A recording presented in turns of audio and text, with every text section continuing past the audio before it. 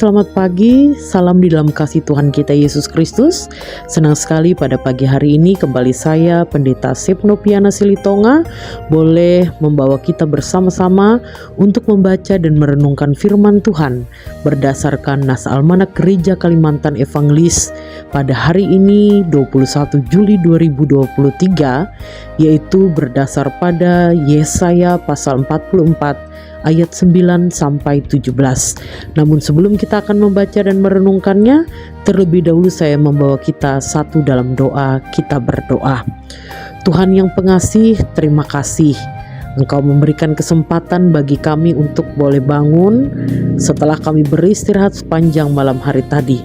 Pada hari baru di mana Engkau masih memberikan napas kehidupan, kami akan bersama-sama membaca dan merenungkan sabda-Mu. Berkati kami sehingga kami boleh mengerti apa yang Tuhan ingin sampaikan melalui firman-Mu ini bagi kami. Kuat-kuasai kami dengan Roh Kudus-Mu. Berkati hamba-Mu yang akan menyampaikan perenungan firman Tuhan ini, dan diberkati seluruh jemaat yang saat ini boleh mendengarkan dan menerima perenungan firman Tuhan ini. Dalam nama Yesus Kristus Tuhan kami berdoa. Amin. Yesaya pasal 44 ayat 9 sampai 17, dengan perikop kebodohan pemujaan patung, firman Tuhan berbunyi demikian. Orang-orang yang membentuk patung semuanya adalah kesia-siaan, dan barang-barang kesayangan mereka itu tidaklah memberi faedah. Penyembah-penyembah patung itu tidaklah melihat dan tidaklah mengetahui apa-apa. Oleh karena itu mereka akan mendapat malu. Siapakah yang membentuk Allah dan menuang patung yang tidak memberi faedah? Sesungguhnya semua pengikutnya akan mendapat malu, dan tukang-tukangnya adalah manusia belaka. Biarlah mereka semua berkumpul dan bangkit berdiri. Mereka akan gentar dan mendapat malu bersama-sama. Tukang besi membuatnya dalam bara api dan menempanya dengan palu. Ia mengerjakannya dengan segala tenaga yang ada di tangannya. Bahkan ia menahan lapar sehingga habislah tenaganya, dan ia tidak minum air sehingga ia letih lesu. Tukang kayu merentangkan tali pengukur dan membuat bagan sebuah patung dengan kapur merah. Ia mengerjakannya dengan pahat dan menggarisinya dengan jangka. Lalu ia memberi bentuk seorang laki-laki kepadanya, seperti seorang manusia yang tampan, dan selanjutnya ditempatkan dalam kuil. Mungkin ia menebang pohon-pohon aras, atau ia memilih pohon saru atau pohon tarbantin, lalu membiarkannya tumbuh menjadi besar di antara pohon-pohon di hutan, atau ia menanam pohon salam lalu hujan membuatnya besar, dan kayunya menjadi kayu api bagi manusia yang memakainya untuk memanaskan diri.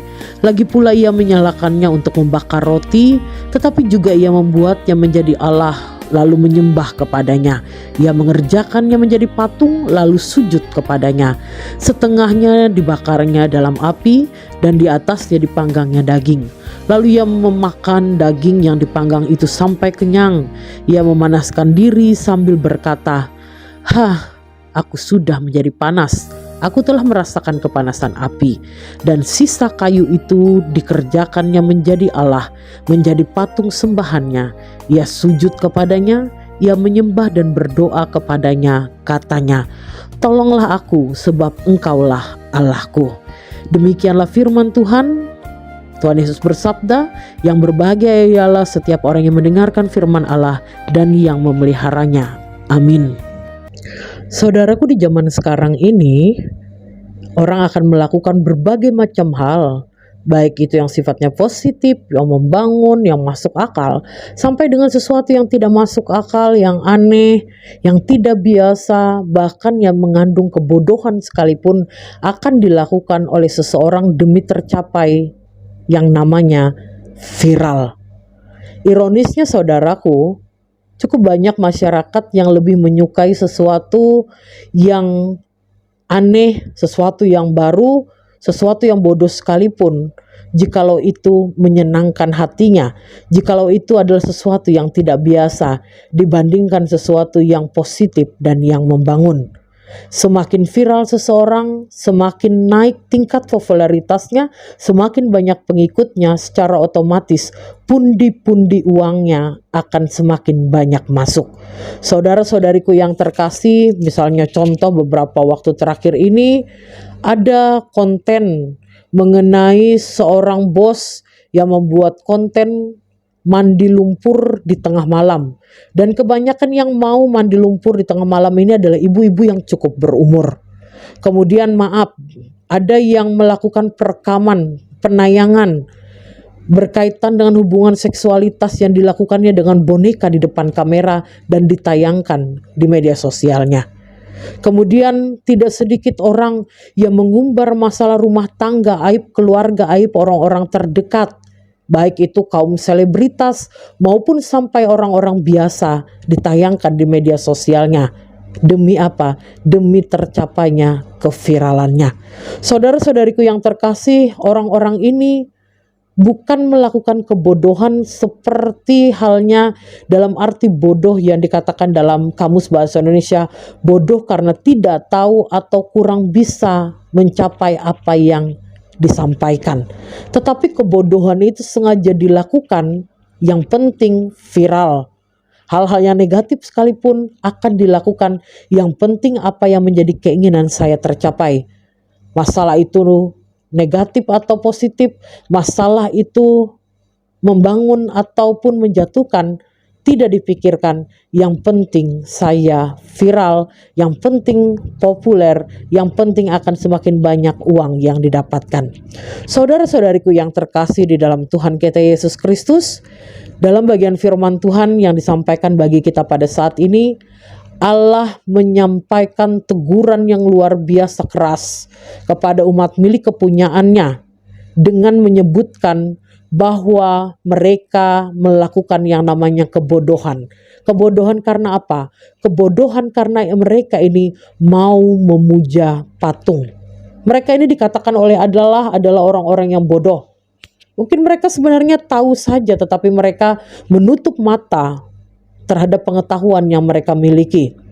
Karena notabene patung yang dibuat bahkan oleh umat itu sendiri terbuat dari besi, terbuat dari kayu, yang dikatakan dalam ayat 11 adalah diciptakan dan dibuat oleh manusia biasa, hasil ciptaan dari manusia. Mengapa sampai mereka ini mau menyembah sesuatu yang telah mereka ciptakan sendiri dengan tangan mereka, sesuatu yang tidak bernilai, sampai mereka mau menyembah dan memuliakannya, sampai mereka memiliki pemikiran bahwa patung yang mereka sembah dan mereka puja ini bisa melindungi mereka, bisa memberikan berkat, bisa memberikan kekuatan kepada mereka. Sungguh ini adalah sesuatu yang sangat mengandung kebodohan.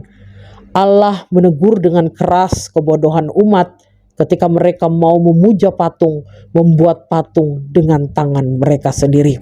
Saudara-saudariku yang terkasih, mungkin untuk konteks kita saat ini, dan mudah-mudahan saja di antara kita pendengar yang saat ini merenungkan firman Tuhan ini tidak memiliki apa yang dimiliki atau apa yang dilakukan oleh umat terkait dengan pemujaan patung.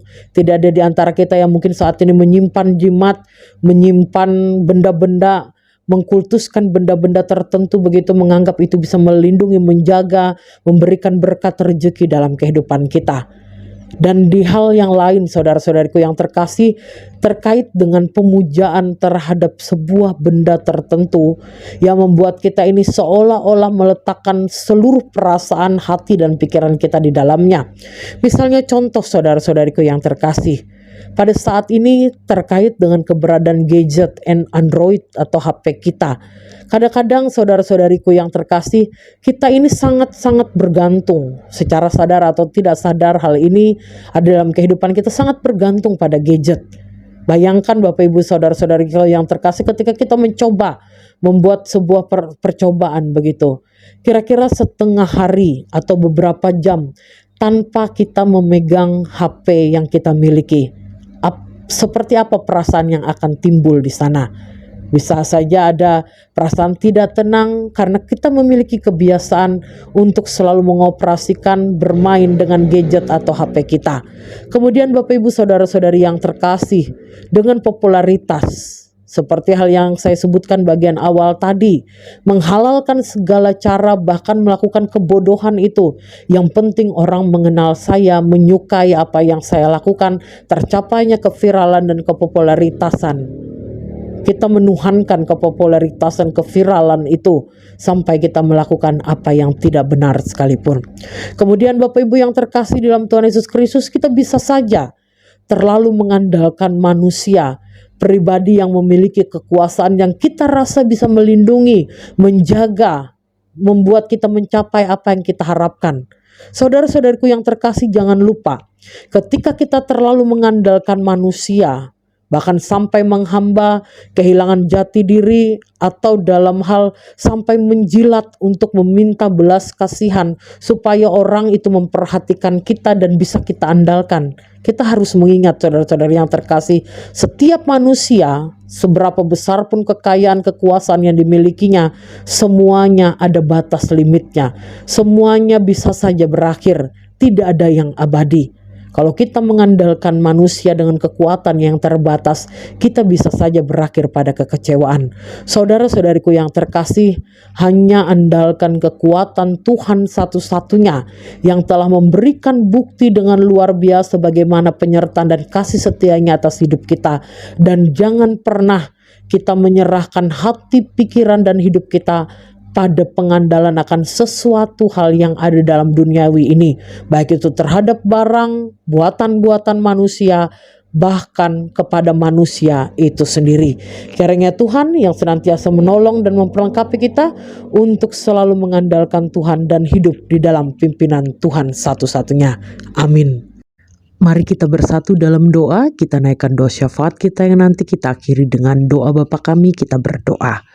Tuhan, kami bersyukur karena dalam rangka kami menjalani hidup kami di tengah-tengah dunia ini, Engkau tidak pernah membiarkan kami sendiri lepas tanpa kendali. Firman-Mu senantiasa dinyatakan bagi kami untuk menyingkapkan kepada kami apa yang harus kami lakukan, apa yang harus kami hindari, dan bagaimana cara kami harus menjalani hidup kami sebagai umat milik kepunyaan Tuhan. Firman-Mu saat ini juga sudah disampaikan bagi kami. Ajar kami untuk tidak menjadi orang-orang yang bodoh, yang seringkali hanya mengandalkan kekuatan dan logika kami sebagai manusia biasa, sehingga kami kadang-kadang menutup mata untuk melihat bagaimana karya Tuhan, kehadiran Tuhan, dan peran Tuhan yang selalu ada dalam setiap musim kehidupan kami. Tolong kami untuk senantiasa boleh melihat bagaimana kasih dan penyertaan-Mu selalu ada atas hidup kami, dan semata-mata hanya karena rahmat, berkat, dan kebaikan Tuhan saja kami boleh ada sebagaimana kami ada sampai saat ini. Tuhan yang pengasih, saat ini kami bersyukur bersama untuk kasih dan berkat Tuhan yang kami telah terima dalam setiap perjalanan kehidupan kami di masa yang telah kami lewati. Terima kasih pula pada kesempatan pagi hari ini, sebelum kami melaksanakan dan menjalankan seluruh aktivitas dan kegiatan kami boleh bersaat teduh bersama, kami menerima kebenaran firman-Mu, kami boleh menaikkan doa kami kepada Tuhan. Saat ini ya Tuhan, biarlah apa yang boleh kami terima, apa yang boleh kami rasakan melewati perenungan firman Tuhan ini yang boleh ya Tuhan menguatkan, meneguhkan, dan memampukan kami untuk boleh menjalani satu hari ini khususnya sesuai dengan kebenaran firman Tuhan. Berkati kami dengan kekuatan kesehatan, berkati kami dengan semangat dan ketekunan. Kami mampu bekerja keras dalam menyelesaikan setiap tugas tanggung jawab kami, dan apapun yang kami perbuat, apapun yang kami lakukan dan kerjakan sepanjang hari ini, tidak hanya kami lihat untuk kami berikan kepada manusia, tetapi kami boleh mempersembahkan segala sesuatunya bagi kepujian dan kemuliaan nama Tuhan. Biarlah dari apa yang kami kerjakan, usahakan sepanjang hari ini, berkat-Mu mengalir atas kehidupan kami. Sumber-sumber mata pencaharian kami, usaha dan pekerjaan kami diberkati Tuhan.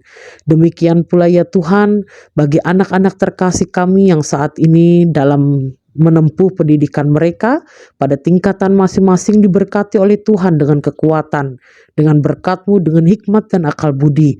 Tuhan tolong mereka ya Tuhan, agar mereka boleh bertekun dan serius dalam menyelesaikan pendidikan dan boleh menjaga kepercayaan yang diberikan kepada orang tua, menjaga masa depan dalam kehidupan mereka dengan baik, dan mereka boleh menjadi anak-anak yang cerdas, pintar, berakal budi baik sekaligus dalam kehidupan yang senantiasa takut akan Tuhan.